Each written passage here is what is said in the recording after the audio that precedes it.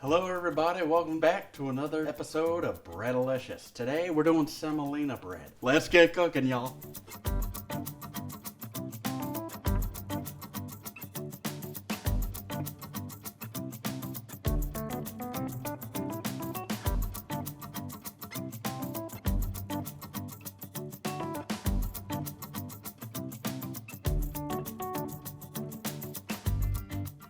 We're doing something called a sponge for it. So in the sponge, do your water, yeast, and sugar, stir that up. Make sure your instant yeast is still active. It'll start to bubble. Great. Add your other flours in, because semolina flour is a little expensive, so you don't want to have to throw that away. So I threw it in here, and I threw it in my little starter kit, and I'm just stirring it all together, getting into the corners really good. What's nice is this is very absorbent. Okay, those seem really good. Now the sponge only needs to sit for 1 or 2 hours. And then we're gonna combine it and we'll be good to go. Today we're gonna talk about tools and bread lames. Just because they're bread lames doesn't mean they're actually lame. There's actually a few nice ones out there. So let's go over to that. So this is the traditional bread lame. You kinda hold the razor like so, bring it in, and then catch it. And then with that, you're able to score. Okay. This is another one. What you do is you undo the screw, and then you put your blade here. Again, be very careful when you're doing this.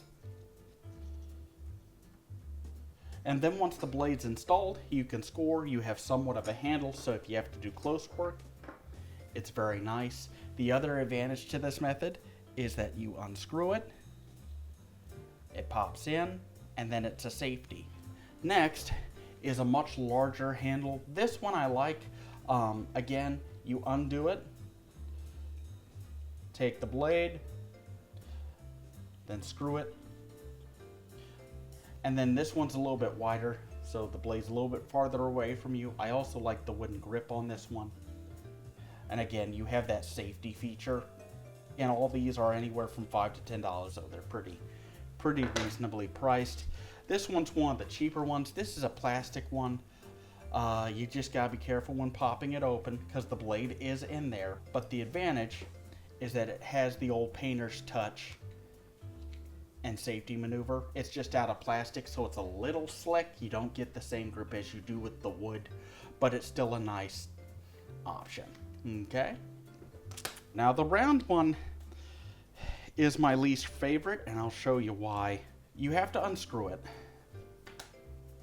Then you've got to put the blade in. And the one thing I do not like about this particular one is you have to tighten it, but the blade is still attached.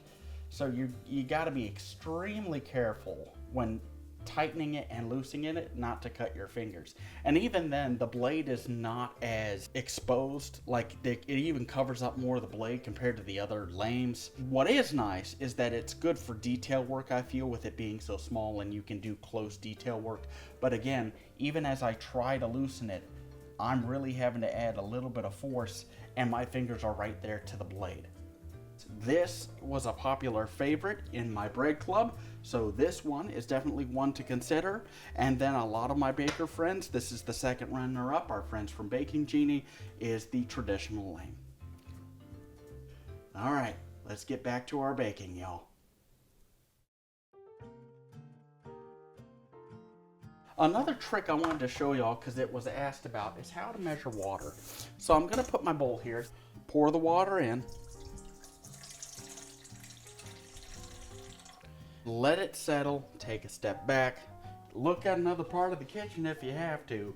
The important thing is let the scale simmer out. Almost there. When you get to this point, you might have to add a few drips till I get the desired ounce. We'll take it.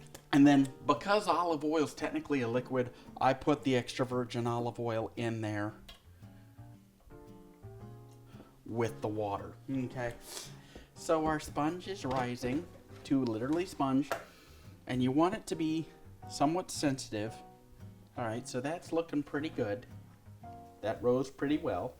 And then I have my mixture of semolina and regular flour here. And we're just gonna add our dry to our wet. Okay.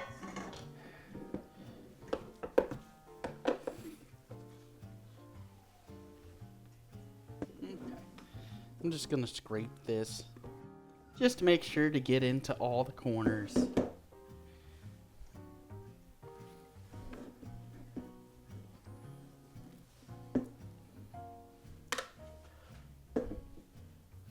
And then I'm gonna just mix this in. Yeah, that's coming together just fine. What's nice about the olive oil is it kind of allows the semolina flour to even get a deeper, richer golden yellow, which is nice. So I'm just gonna plop this on the table and then get this all in. And then I'm gonna dust my hands well with flour, and then we're gonna start kneading this by hand for a few minutes and then continue for another 5 if it's still not set.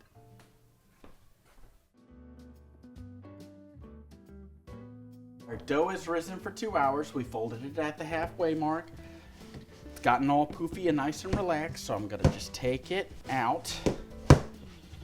And you can dig in there with your hands, and that's fine. I have floury hands, so if you want to flour your hands, that's fine. You just take a good amount. I mean, cake it on there, you're fine. And then you pat that and you're ready, good to go. I'm gonna grab this.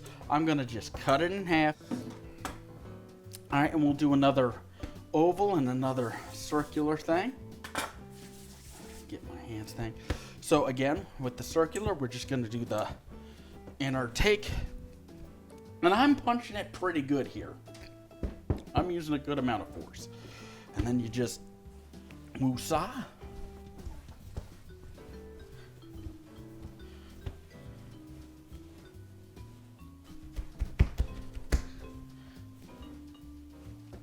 Cool. And then I want to grab my bannetons.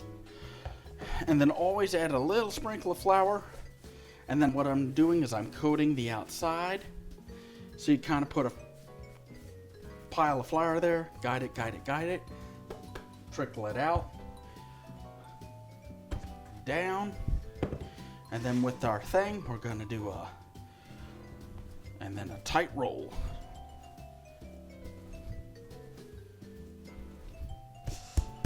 Do another seam. All right, so we have that. That looks pretty shaped. I'm gonna sprinkle this on. Get me a nice good thing of flour here. Because again, I can coat it and always tap the rest out. And that way I know for sure that we're good to go. Then what I do is I take a spare cloth. All right, and I'm gonna just check, make sure I have the flour part exposed, which I do. Okay. Cover both, and we'll stick it over here, and then we'll check it in an hour, and it should be ready to go. Okay, so we're back. Our semolina has rested in its bannetons for about an hour. That's looking pretty good. Alrighty, I'm gonna do this guy. Very good. Then I'm gonna look at it. Okay, this is looking good. Let's try horizontal this time. Alrighty, I'm gonna plop that in. Now understand our oven is set to 440 degrees this go round.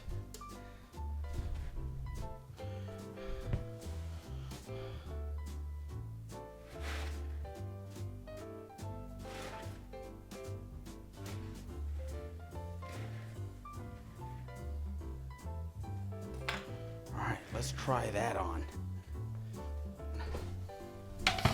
Alrighty. Then I have my water ready. I'm throwing it on the bottom of the oven to get the steam, and then I set it on for 10 minutes. We'll open the oven door to steam for just a couple of seconds, and then we'll add another 20 minutes to it.